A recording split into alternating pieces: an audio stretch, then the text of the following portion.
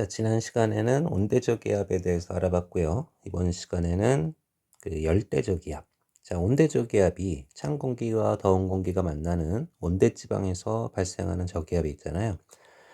그러면 열대저기압, 태풍을 다른 말로 이제 열대저기압이라고 하는데, 열대저기압이라는 거는 열대지방에서 만들어지는 저기압이 되겠죠. 자, 그래서 우리나라에서는 주로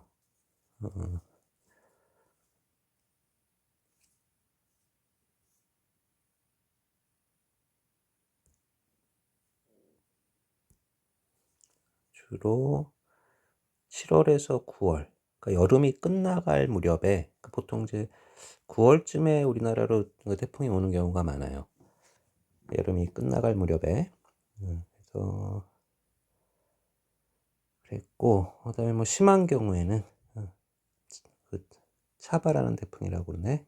중심 기압이 930 헥토파스칼까지 내려가고 최대 풍속이 뭐 초속 50m 정도 됐다. 많은 피해를 받았다. 그런 예시가 나와 있네요.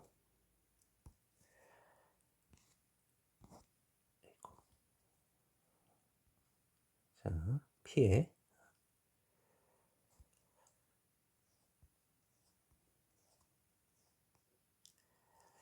자, 여기서 이제 기억을 하셔야 되는 내용들이 나오네요.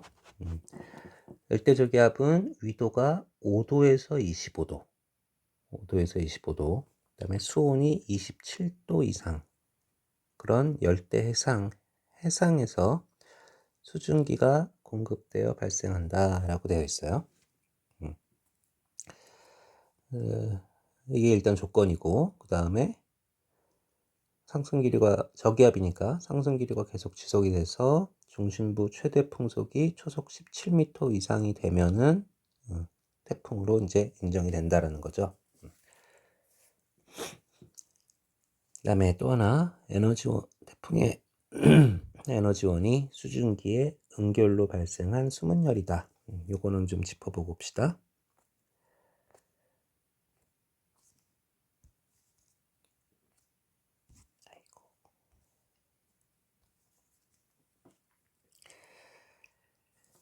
자, H2O가 상변화를 하죠. 화학 시간에 배우셨는지 모르겠는데 어려운 거 아니고요. 수증기, 그다음에 물, 얼음, 이거를 각각을 H2O의 상이라고 불러요. 자, 그런데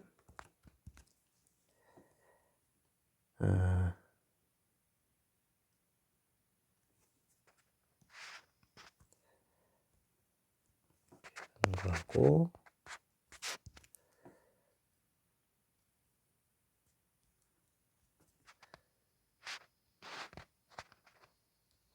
이렇게 가는 거. 각각 뭐 이름은 있는데 굳이 이름까지 해야 되나? 자, 요거는 둘 다 뭐 승화라고 하고,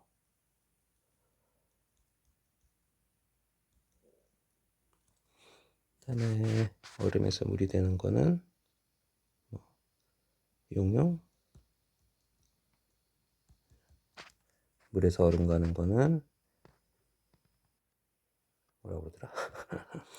그다음에 수증기에서 물이 되는 걸 응결이라고 해요. 이거는 기화. 어는 게 뭔지 갑자기 생각이 안 나네. 하여튼 중요한 건 응결이니까. 자, 근데 지금 화살표를 파란색 화살표를 표시한 게 있고 빨간색 화살표를 표시한 게 있죠. 둘은 어떤 차이가 있어요? 파란색 화살표로 변하는 작용, 상변화에서는 에너지를 생각해 봅시다.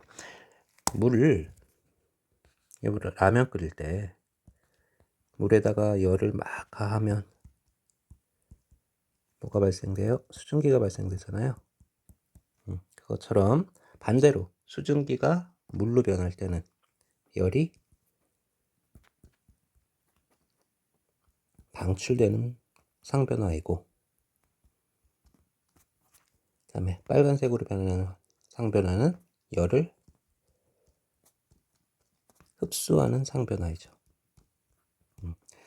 근데 라면 끓일 때 여기 그 흡수하는 열은 눈에 보이지만 우리 눈에 일상생활에서 얼음이 물로 녹을 때나 물이 얼음으로 될 때 들어가고 빠져나오고 하는 열은 눈에 안 보인단 말이지. 그래서 그런 열들을 숨은 열이라고 불러요. 이때 그러니까 이런 상변화가 일어날 때 드나드는 열을 숨은 열이라고 불러요. 혹은 옛날 한자식 표현으로는 잠열이라고도 부르고요. 그 다음에 그 중에서도 뭐 응결이 일어날 때 방출되는 열을 응결열 이렇게 표현하기도 하죠. 이제 우리는 수업 중이나 뭐 학교 시험에서도 수문열이라는 표현과 응결열이라는 표현을 아마도 섞어 쓰게 될 거예요. 이렇게 하시고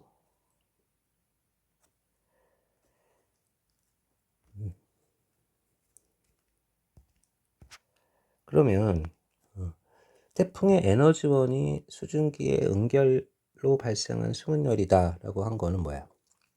따뜻한 바다에서 수증기가 많이 공급이 될 거란 말이죠.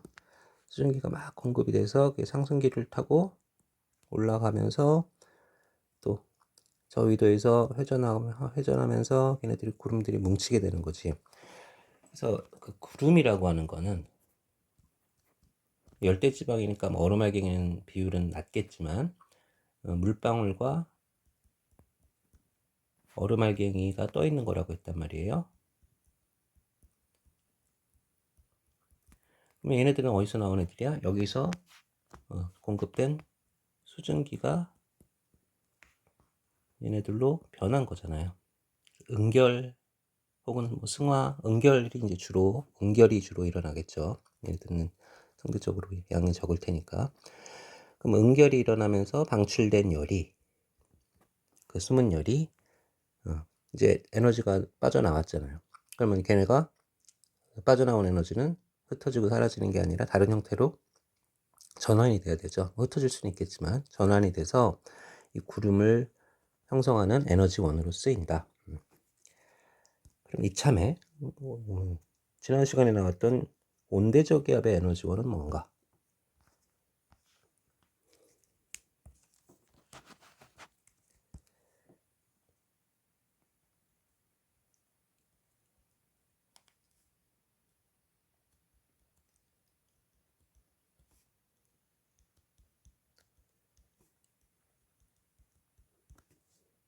자, 온대저기압은 찬 공기하고 더운 공기가 만나서 형성이 되잖아요. 근데 만나서 전선을 형성했을 때 한랭전선이고 온난전선이고 간에 찬 공기는 어떻게 돼요? 밑으로 깔리고 더운 공기는 위로 올라가죠. 그래서 뭐 예를 들어서 그 한랭전선의 경우를 해볼까요? 원래는 찬 공기가 이렇게 막 흩어져 있었고 찬 공기는 근데 문제가 밀도가 높죠. 그다음에 더운 공기는 더운 공기대로 막 흩어져 있었어요. 더운 공기 밀도가 낮고. 근데 한랭전선이 형성된다는 건 뭐야? 이런 찬 공기들이 더운 공기 밑으로 파고들고 더운 공기는 있던 자리를 찬 공기한테 내주고 위로 올라가는 거지. 그래서 그 사이에 한랭전선면이 이렇게 형성이 되는 거잖아요. 그러면 어차피 내려가는 애도 있고 올라가는 애도 있는데 뭔 차이가 있냐? 근데 내려가는 찬 공기의 입자수가 속된 말로 쪽수가 더 많단 말이야. 그러면 찬 공기는 밑으로 내려왔으니까 찬 공기의 위치 에너지는 어떻게 돼?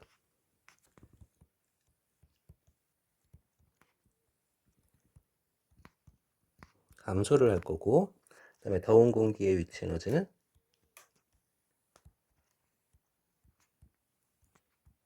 증가를 하겠죠. 근데 찬 공기의 위치 에너지 감소량이 더 많아.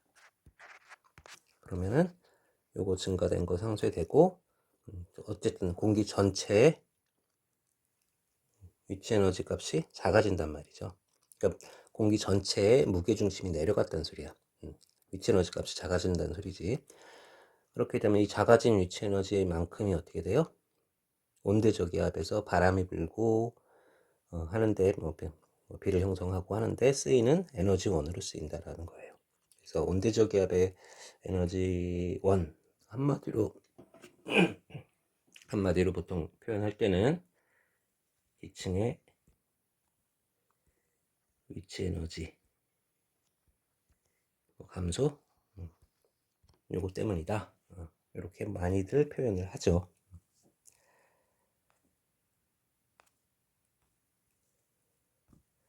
다시 교과서로 와서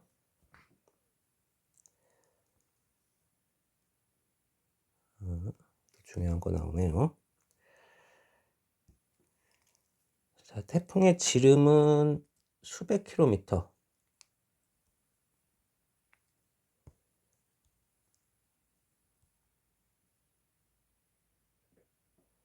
태풍의 지름은 수백 킬로미터 정도 되고, 그 다음에 모양은 밑에 있는 그림과 같다. 그래서 일부 상승하고 약하게 또 중간중간 하강하는 부분도 있긴 있지만, 그 다음에 특히나 태풍의 중심부는 약하게 하강 기류가 형성이 돼요. 약하게 하강 기류가. 이거는 뭐 쉽게 생각하면 그냥 역류한다고 생각하시면 돼요. 역류한다고. 뭐 비슷한 경험을 말씀을 드리면 지금 집은 아니고 예전에 살던 집에 욕조가 있었는데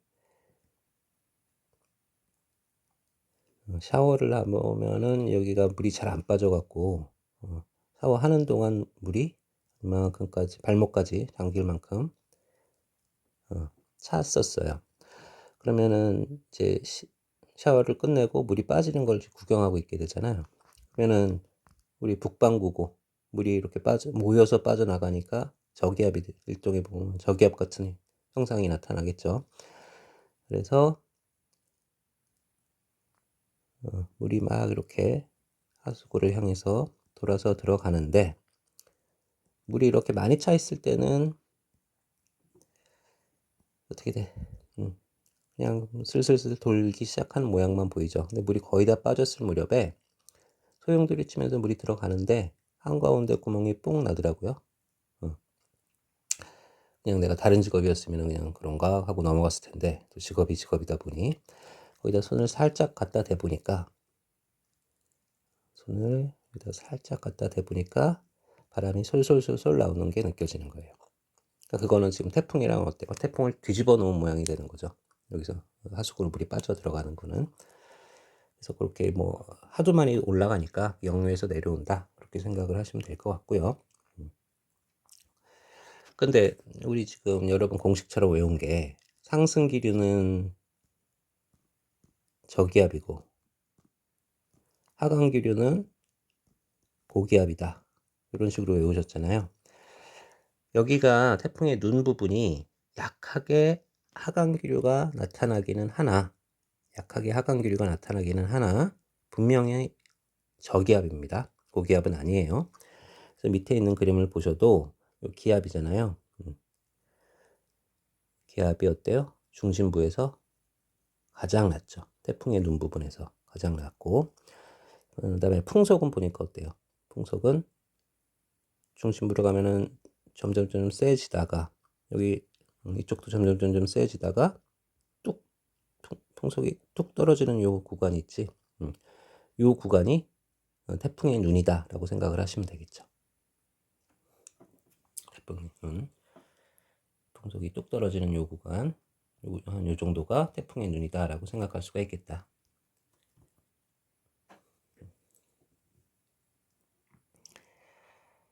자, 그리고 요 그래프는 더 봐야 되는 그래프인데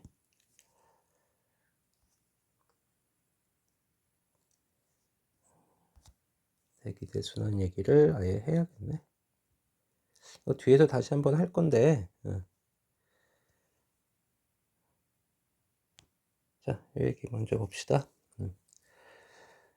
자, 태풍 기호는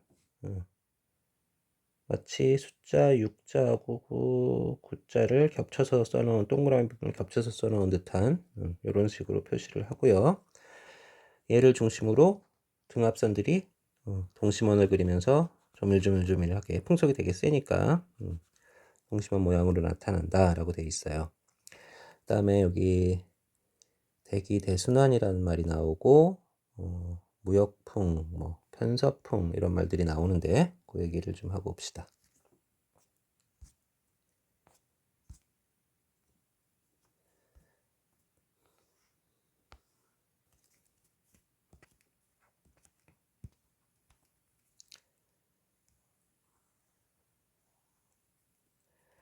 자, 지구가 이렇게 있다고 치고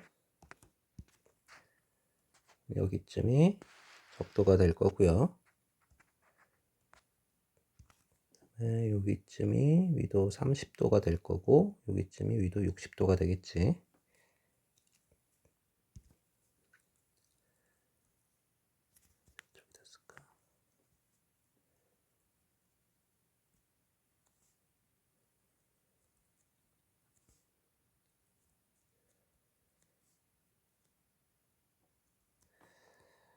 자, 남반구도 마찬가지인데 북반구만 그려볼게요. 자, 그러면 적도는 뜨거우니까, 열을 많이 받아서 뜨거우니까 공기가 높게 상승을 할 거고 저기압이 형성이 되죠. 그 다음에 이게 대륙권 계면을 만나면 더 이상 전진하지 못하고 퍼질 거고, 그러다 위도 30도쯤 가면은 전향력의 힘으로 얘도 오른쪽으로 이 방향으로 가다가 오른쪽으로 휘어져서 이쯤에서 지구를 뱅글뱅글 도는 제트류라는 게 형성이 됩니다. 이건 그냥 흘려 들으세요. 그래서 여객기들이 제트류를 타고 그 대륙간 이동할 때는 이동을 한다고 하죠.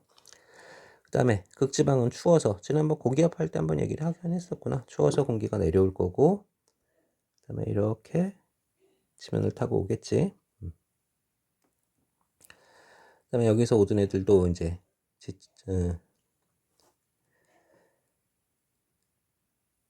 그다음에 여기 있는 상승한 공기를 채워주는 거는 지면에서 온 공기들이 채워줄 거고요.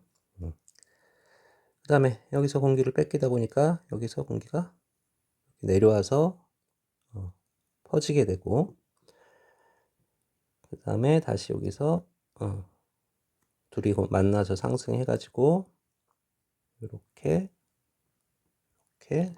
세 개의 순환거리가 생겨요. 세 개의 순환거리가. 뒤에 나오겠지만 지구가 자전을 안 했으면 한 개의 순환고리로 끝냈을 텐데 세 개의 순환고리가 생깁니다. 지금 우리가 여기서 짚고 넘어갈 것만 합시다. 자, 그러면 지금 각 지면에서는 바람이 어떻게 불까요? 여기서는 지금 이렇게 지면을 따라 남쪽으로 공기가 내려가야 되죠. 그 다음에 30도에서 60도 사이는 지면을 따라 북쪽으로 공기가 올라가야 되지. 근데 또 적도에서 30도 사이에는 공기가 이렇게 내려와야 되고. 근데 우리 지난 시간에 말씀드렸었죠. 문제의 연세를 합시다. 문제의 전향력. 북반구니까 운동 방향의 오른쪽으로 꺾여서 운동을 하게 된다. 땅바닥에 붙어 있지 않은 애들은 운동 방향의 오른쪽, 얘한테는 운동 방향의 오른쪽이 이쪽이죠. 얘도 오른쪽. 그래서 적도에서 위도 30도 사이에 부는 바람을 무역풍이라고 하고, 그 다음에 30도에서 60도 사이에 부는 바람을 편서풍이라고 하고요. 그 다음에 60도 이상에서 부는 바람을 극동풍이라고 불러요. 다시 한번 저위도부터 무역풍, 편서풍, 그다음에 극동풍.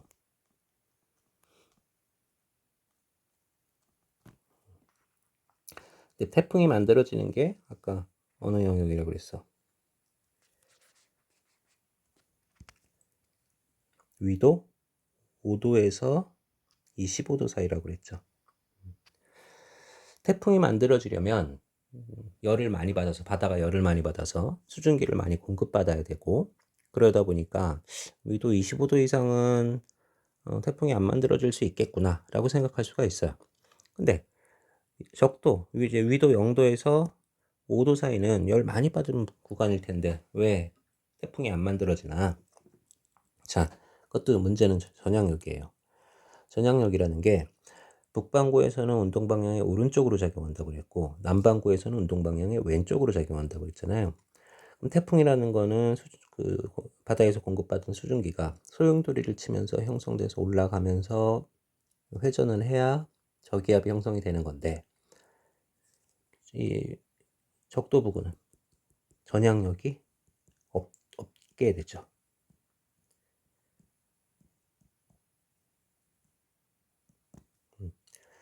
그래서 어떤 말에서 말씀을 드린 것 같은데, 그 무슨 여행 프로그램에서 그 광장이 나오는데, 아마 남미 쪽 어디 그 도시였던 것 같아요. 광장이 나오는데 거기가 진짜로 적도가 딱 지나가는 동네인 거죠. 그래서 어떤 사람이 이제 뭐 쇼를 하는 거죠. 그 파이프로 된 세면대 같은 거, 지금 하얀 선들이 파이프예요. 그 다음에 여기다가 세면기, 구멍 뚫린 세수대야 같은 거 딱 갖다 놓고 물 한 병을 들고 다니면서 관광객들한테 보여주는 거지. 그래서 그 뭐야, 광장이다 보니까 적도가 지나가는 데는 벽돌을 좀 달리 해가지고 적도 표시를 해놨더라고요. 그래서 딱 여기다가 요거를 세워놓고서는 물을 부으면 물이 회전, 보통 이제 세수대에서 세면대나 이런 데서 물이 하수구로 들어갈 때 회전을 해야 되잖아요. 딱 적도 위에서 부으면 물이 회전하지 않고 그냥 쑥 빨려 들어가고, 여기서 몇 걸음 벗어나서 여기쯤에서 물을 부으면 물이 막 회전하면서 들어가는 그런 장면을 관광 상품처럼 보여주는 경우도 있었어요. 자, 그런데 태풍 만들어지는 데는 북위 5도에서 남위 5도까지는 이런 전향력이 없기 때문에 태풍이 만들어지기 어려운 조건이다 라는 거 기억하시고요. 그 다음에 지난 시간에도 한번 말씀드렸나? 그래서 하다 보니까 여기 위도 30도 부근에서 대기 대순환에 의해서 고기압들이 많이 만들어져요. 고기압들이. 그러면 태풍은 여기서 이제 형성이 됐단 말이야. 여기서. 그래서 얘가 무역풍을 타고 동에서 서로 이동을 하다가 여기에 있는 고기압을 끼고 중위도 지방으로 올라와요. 그 다음부터는 편서풍을 타고 이동을 하게 되죠. 네, 여기서 말하는 요 고기압이 우리나라 근처에 있는 거는 북태평양 고기압이 되는 거죠. 그래서 그게 어떤 결과를 보여주냐. 대략 지금 여기서 여기쯤이 북태평양 고기압의 위치다라고 볼 수가 있단 말이에요. 그러면 북태평양 고기압이 뭐 6월부터 7월, 8월, 9월, 10월 갈수록 이 태풍의 진로가 점점 이쪽으로 꺾이는데, 이때는 6월이나 이때부터는 북태평양 그 고기압의 기단의 세력이, 고기압의 세력이 이렇게 큰 거야. 그러니까 태풍이 얘를 이렇게 타고 돌아가는 거고, 그 다음에 이제 가을로 가면 갈수록 북태평양 기단의 세력이 작아지니까 얘를 타고 이렇게 돌아간다, 이렇게 생각할 수가 있는 거죠. 그래서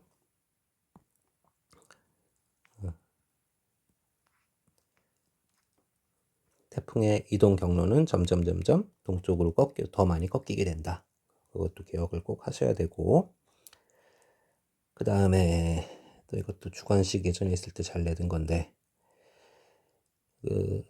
생각해 보시면 이 태풍이 만들어져서 한 이만큼쯤 왔을 때 뉴스 일기에 보면 요즘 TV로 뉴스들을 잘 안 보시니까 뉴스 하여튼 보면은 난리가 나요. 태풍 뭐 점점 세력이 커지고 있어요. 우리 다 큰일 났어요. 죽어요. 막 그러다가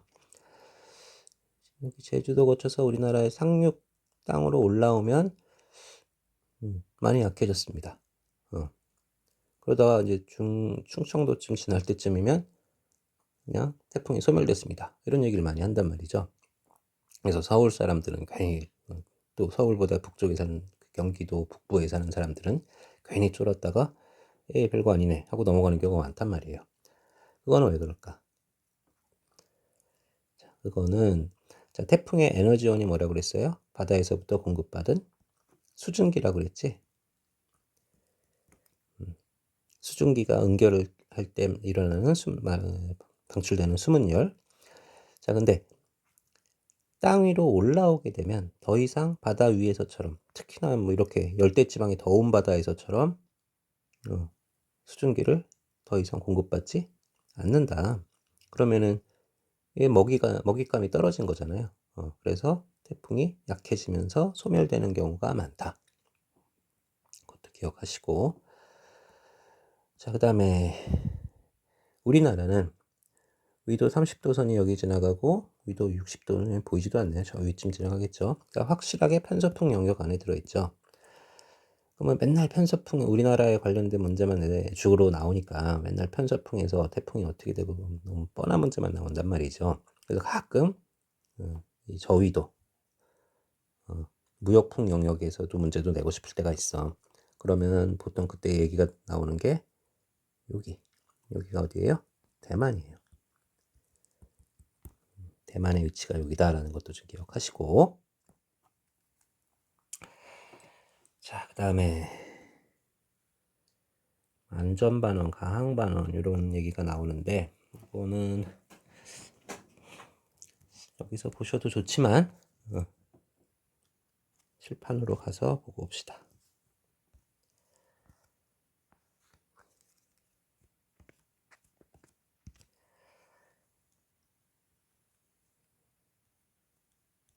위도 30도, 적도,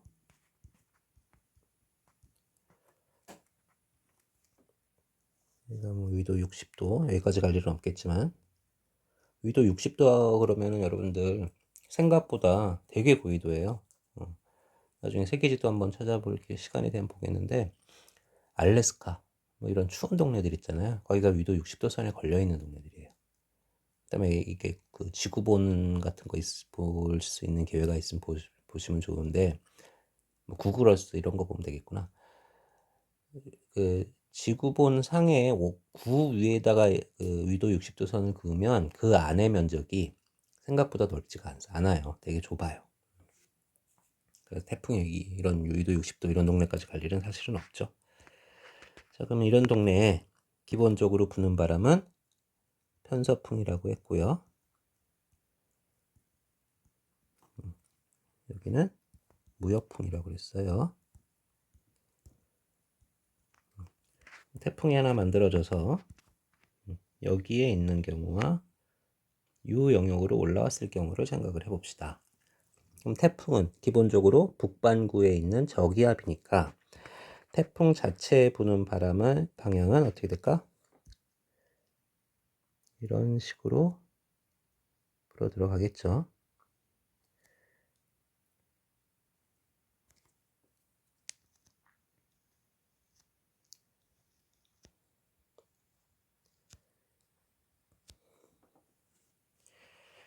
자, 그 다음에 태풍의 이동 경로를 생각을 해보면 태풍의 이동 경로는 여기쯤에 있는 고기압을 끼고 이런 식으로 돌아간다고 했어요. 자, 그랬을 때 태풍이 이만하게 있다라고 생각을 하면 자, 태풍의 이동 경로를 중심으로 뭐 태풍은 바람이 세니까 태풍 자체의 바람 세기가 뭐 100이었다고 칩시다. 편서풍, 무역풍은 바람이 약하죠. 무역풍이 더 약해요. 편서풍은 뭐 한 30이라고 칠까요? 30이라고 치고 얘는 뭐 20이라고 칩시다. 뭐 이게 중요한 건 아니고. 자, 그러면 태풍의 이동 경로를 중심으로 대체로 편서풍은 이 방향으로 이렇게 불게 되죠. 그러면 태풍 자체의 바람하고 편서풍의 방향이 서로 상쇄가 되지. 그러니까 원래 100짜리 바람이었다면 여기서 30짜리 바람이 부니까 한 70 정도로 바람이 약해지는 효과가 나타나겠죠. 반면에 태풍의 이동 경로를 중심으로 그 오른쪽은, 왼쪽은 그랬고 오른쪽은 자체 바람이 100인데 거기다가 편서풍이 30이 추가로 불어주니까 바람의 세기가 더 강해져서 130 정도가 나오겠지. 그래서 태풍의 이동 경로 왼쪽 위쪽이 되겠죠. 저기 중위도 지방에서는 여기는 안전반원이라고 불러요.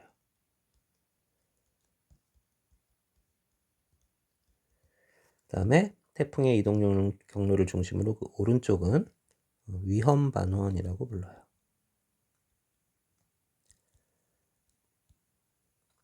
특히나 안전반원은 경우에 따라 항해도 가능하다 그래서 가항반원이라고도 부릅니다.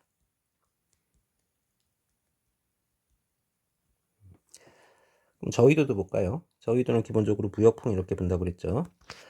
그러면 태풍 기본 바람의 세기가 100인데 무역풍이 이 방향으로 20의 세기로 또 불어. 그러면은 태풍의 이동 경로를 중심으로 오른쪽은 위험 반원이 되고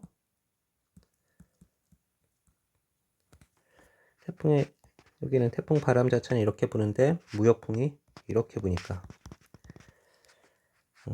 바람 세기가 한 80 정도로 약해지겠죠. 그래서 태풍의 이동 경로를 중심으로 왼쪽은 안전 반원이 된다. 자, 이것도 기억을 하시고. 자, 근데 여기서는 또 하나 기억하실 거. 지금 방위를 따져보면 이렇게 되는 거잖아요. 이쪽이 북쪽이고 이쪽이 동쪽, 이쪽이 서쪽이잖아요. 자, 위험 반원은 보통 태풍의 이동 경로를 중심으로 동쪽에 있어요. 안전 반원은 태풍의 이동 경로를 중심으로 서쪽에 있고 그거 기억합시다. 일단 자, 설명드린 내용이고 이 그림으로 보시는 것도 괜찮겠네요.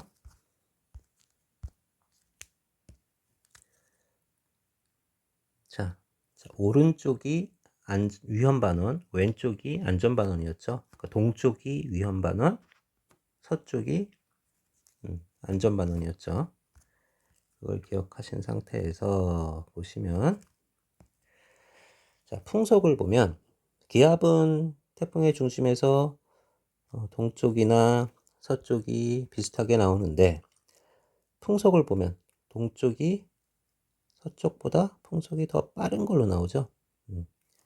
다시 말해서 뭐가 되는 거야? 이쪽이 위험 반원이 되는 거고 이쪽이 안전 반원이 되는 거죠. 그것까지 이 그래프에 포함되어 있다. 또 기억하세요. 그 다음에 다시 강조하지만 태풍의 눈, 약한 하강 기류가 형성된다. 이런 표현은 맞지만 거기가 뭐 약한 고기압이다. 이런 표현 나오면 무조건 틀리는 거예요. 보면 그래프에서도 보시다시피 태풍 중심부는 확실히 제일 기압이 낮은 저기압입니다. 그 다음에 또 뭘 해야 되나?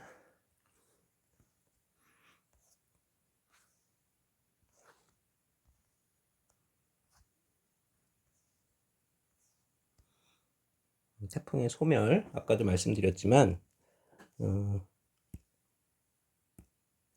이렇게 상륙을 하게 되면 육지 위로 올라오게 되면 더 이상 수증기를 공급받지 못하기 때문에 태풍이 소멸하게 된다. 밥줄이 끊긴 거죠. 한마디로. 그래서 소멸을 하게 된다라는 거 기억하시고 마지막으로 시험 문제 나올 거 하나 해볼까요? 나올 만한 거. 자, 여기 태풍이 있었을 경우 여기 태풍이 있었을 경우 여기서 소멸됐지만 태풍이 여기까지 올라갔을 경우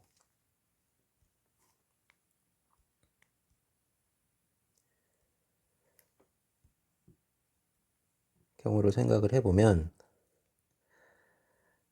가령 뭐 여기 정도의 규슈인가? 어떤 사람이 있었다고 칩시다. A 지점의 풍향은 어떻게 바뀌었을까? 보통 이런 문제 많이 나온단 말이죠. 어렵게 생각하실 필요 없고요. 지금 여기서는 태풍의 중심을 향해서 바람이 이렇게 불어들어갈 거 아니야. 그러면 이 지역도 이런 식으로 바람이 형성된다고 볼 수가 있겠죠. 그러면 여기서는 이렇게 불어들어갈 거고, 여기서 태풍의 중심이 여기 있을 때는 이렇게 불어들어가겠죠.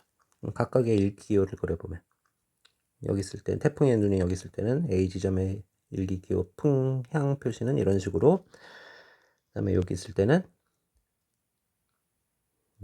이런 식으로, 그 다음에 여기로 왔을 때는 이런 식으로 그려지겠죠. 그러면 어떻게 한다고 그랬어요?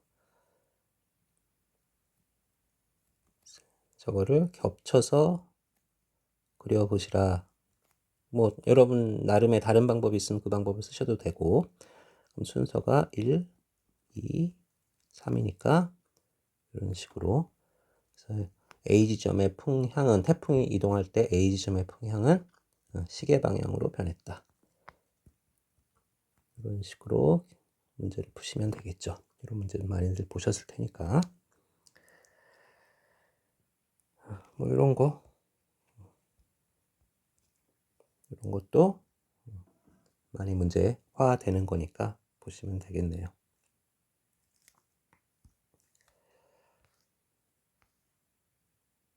그 다음에 또 뭘 해야 되나.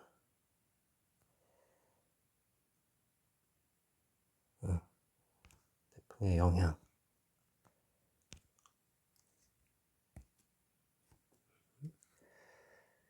자, 지난 시간에 온대저기압도 뭐라고 그랬어요?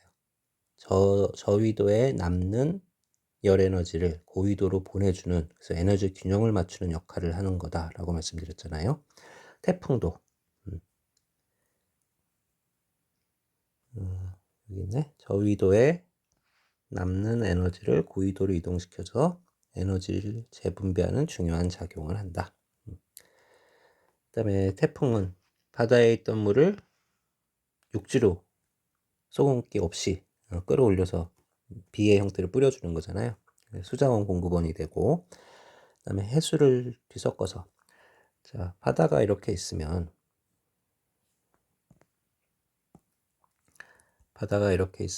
태풍이 여기 형성이 됐다. 무슨 색으로 할까? 태풍이 형성이 됐다는 거는 막 빨아 올리는 거잖아요. 그러면서 파도도 막 치고, 심한 경우에는 바닷물이 이렇게 푹 빨려 올라갔다가 태풍이 휙 하고 지나가게 되면 빨려 올라가는 게 한 번에 퍽 하고 내려올 수도 있겠죠. 그럼 이게 해일이 되는 거예요. 그래서 바다 안을 한번 이런 식으로 뒤집어 줄 수가 있기 때문에 심층의 영양물질을 끌어올려서 좋은 어장을 만들어주는 긍정적인 효과도 있다. 센 바람이 그 역할을 하기도 하고, 그래서 해일이 여러분 보통 지진에 의해서 일어나는 쓰나미, 지진 해일도 있지만 이렇게 폭풍에 의해서 발생되는 폭풍 해일도 있다. 이거는 3학년 때.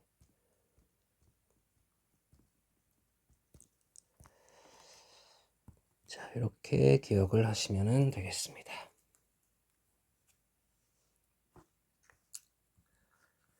그다음에 태풍 이름. 태풍을 부르는 지역마다 이름이 좀 다르죠. 그래서 아시아권에서 발생한 태풍은 중국 영향권이니까 중국에서 큰 바람에서 태풍 이렇게 불렀을 거 아니야. 근데 나중에 그게 이제 서양으로 넘어가면서 얘네들은 태풍이라고 발음을 못하니까 타이푼 이렇게 된 거고, 뭐 인도양 쪽에서 만들어지는 건 뭐 사이클론이라고 한다고 하고요. 그 다음에 뭐 아메리카 쪽에서 만들어지는 건 허리케인이라고 한다고 하고. 그것도 한 10년 됐나? 여러분 선배 하나가 좀 웃기는 질문을 했었어요. 똑같은 내용을 배웠는데 수업하다 말고 집중을 안 했겠지. 안 하고서는 뭐라 그러냐면, 선생님 태풍이 더 센가요? 허리케인이 더 센가요? 이렇게 물어보더라고. 질문의 수준도 참, 그거는 뭐랑 비슷해요. 육군 장군이 더 높아요? 아니면 경찰의 낮고 고급 간부가 더 높아요. 뭐 이런 얘기인 거잖아요. 근데 그것도 이제 굳이 좋게 해석을 하면은 그 태풍이 더 세냐, 허리케인이 더 세냐. 태풍이 기존 역사적으로 봤을 때 발생 빈도와 피해 정도 그걸 통계낸 거와 허리케인에 의해서 발생 정도, 피해 정도 난 거, 그 두 개를 비교해 봤을 때 누가 더 피해를 많이 줬냐 이렇게 물어본다 그러면은 좋은 질문이 되겠지만 내 기억으로는 그런 질문은 아니었고 진짜 뭐 경찰하고 군인하고 누가 더 높냐 뭐 이런 식의 수준 낮은 질문이었던 그런 재밌는 기억도 나네요. 이런 것도 뭐 조금 더 읽어보실 필요들이 있는 것들이 있네요. 뭐 이런 것까지 물어보진 않지만 태풍에 의한 폭풍 반경이 뭐 800km면은 초대형 태풍. 뭐 사이즈에 따라서 분류해놨는데 분류까지는 아실 필요는 없고 이름을 뭐 어떻게 정하나 이런 얘기도 나와 있는데 분류까지 아실 필요는 없고 뭐 요즘은 이제 온난화 얘기가 좀 많이 안 하긴 하는데 예전에 온난화 얘기 많이 됐을 때 온난화가 지구 저위도하고 고위도하고 온도 차이가 점점 더 심해진다고 하더라고요. 그러면은 저위도에 있는 에너지를 고위도로 더 많이 보내야 되잖아요. 그러면 이제 그거의 역할을 하는 것 중에 하나가 태풍인데 그래서 작은 태풍이 더 자주 발생할 수도 있고 그다음에 슈퍼 태풍이 발생할 수도 있겠죠. 발생 빈도는 비슷한데 네, 그 얘기가 한참 나왔을 무렵에는 경향이 좀 큰 태풍이 비슷한 빈도로 예전과 비슷한 빈도로 만들어지는 경향이 있었다. 그런 것도 한번 생각해 보시기 바랍니다.